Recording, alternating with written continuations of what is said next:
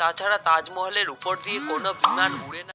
আর এমন কিছু কাজ যেগুলি অ্যাস্ট্রোনটরা মহাকাশে করতে পারে না, এমনই কিছু জানা অজানা তথ্য আপনাদের সাথে শেয়ার করব, তাই ভিডিওটি না স্কিপ করে শেষ পর্যন্ত দেখতে থাকুন। ফ্যাক্ট নাম্বার 1, আপনি যদি সমুদ্রের মাঝে এরকম কোনো কন্টেনারকে এভাবে ভাসতে দেখেন তাহলে আপনার ভাগ্য পরিবর্তন হয়ে গেছে। আসলে বড় বড় কোম্পানি যখন তাদের প্রোডাক্টকে বড় কার্গো শিপের মাধ্যমে এক দেশ থেকে অন্য দেশে পাঠায়, তখন কিছু কন্টেনার সমুদ্রের ভিতরে পড়ে যায়।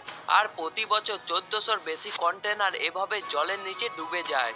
তার মধ্যে কিছু কন্টেনার জলের মধ্যে ভেসে থাকে আর কিছু কন্টেনার ডুবে যায়। এমনই 2021 সালে কিছু লোক সমুদ্রের মাঝে একটি কন্টেনারকে দেখতে পায়, আর যখন তারা কন্টেনারকে কেটে দেখে তখন ভিতরে আইফোনে ভর্তি ছিল। ফ্যাক্ট নাম্বার 2, আপনি কি জানেন তাজমহলের উপর দিয়ে কোনো বিমান উড়ে না কেন? আসলে তাজমহলের 7 কিলোমিটার এলাকা জুড়ে ভারত সরকার নো ফ্লাই জোন ঘোষণা করেছেন, কারণ তারা মনে করে যে যদি কোনো বিমান কোনো কারণে তাজমহলের উপরে ধ্বংস হয়ে পড়ে যায় তাহলে ওই প্রাচীন ঐতিহ্য নষ্ট হয়ে পড়বে। এছাড়া প্রতিদিন হাজার হাজার মানুষ তাজমহল দেখতে আসে। এই অবস্থায় যে কোনো ধরনের দুর্ঘটনা ও হামলা এড়াতে এই সিদ্ধান্ত নেওয়া হয়েছে। তাজমহল ছাড়াও আরও অনেক জায়গা রয়েছে যেগুলিকে ভারত সরকার নো ফ্লাই জোন হিসেবে ঘোষণা করেছেন। ফ্যাক্ট নাম্বার 3, এমন কিছু কাজ যেগুলি অ্যাস্ট্রোনটরা মহাকাশে করতে পারে না।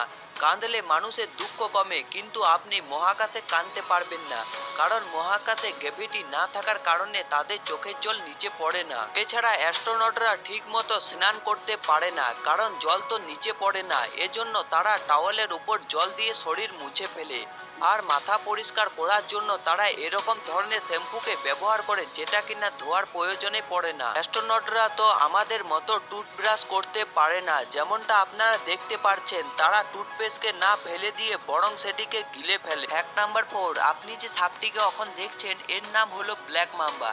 পৃথিবীর সবচেয়ে বিষধর সাপ ব্ল্যাক মাম্বার নাম হলো এর গায়ের রং ধূসর, তবে এর মুখের ভিতরটা কুচকুচে কালো রঙের, আর এই কারণে হয়তো ব্ল্যাক মাম্বার নামটি রাখা হয়েছে। সাপটি বিষধর হওয়ার পাশাপাশি ঘন্টায় 20 কিলোমিটার বেগে ছুটতে পারে, আর প্রতি বছর আফ্রিকায় এর কামড়ে প্রায় 20,000 মানুষের মৃত্যু হয়। ফ্যাক্ট নাম্বার 5, সড়ক পথে ভ্রমণে গেলে রাস্তার মাঝে এরকম দাগগুলি আপনারা তো নিশ্চয়ই খেয়াল করেছেন, কিন্তু কখনো কি ভেবে দেখেছেন রাস্তার মাঝে এরকম দাগগুলি কেন দেওয়া থাকে? এগুলির পিছনে নিশ্চয়ই কোনো কারণ রয়েছে। যাত্রীরা সেই কারণ সম্পর্কে না জানলেও চালককে অবশ্যই এর সম্পর্কে জানতে হয়। আপনি কোথায় ওভারটেক করতে পারবেন ও কোথায় ওভারটেক করতে পারবেন না তা এ দাগের মাধ্যমে বুঝিয়ে দেওয়া হয়। যেমন যদি বিভীষিকা মাঝে মাঝে কাটা থাকে তাহলে বুঝবেন আপনি যে কোনো গাড়িকে ওভারটেক করতে পারবেন, তবে এই দাগ সাধারণত বেশিরভাগ রাস্তায় দেখা যায়। তাছাড়া লাইন যদি একটানা হয় তাহলে বুঝবেন কোনো গাড়িকে ওভারটেক করা ঝুঁকিপূর্ণ হতে পারে। আর বিভীষিকায় যদি ডবল লাইন দেওয়া থাকে তাহলে ভুলেও কোনো গাড়িকে ওভারটেক করার চেষ্টা করবেন না, তাহলে বড়সড় বিপদ ঘটতে পারে। আপনার 5টি ফ্যাক্টের মধ্যে কোন ফ্যাক্টটি ভালো লেগেছে সেটি কমেন্ট করে জানান, আর চ্যানেলে নতুন হয়ে থাকলে চ্যানেলটি অবশ্যই সাবস্ক্রাইব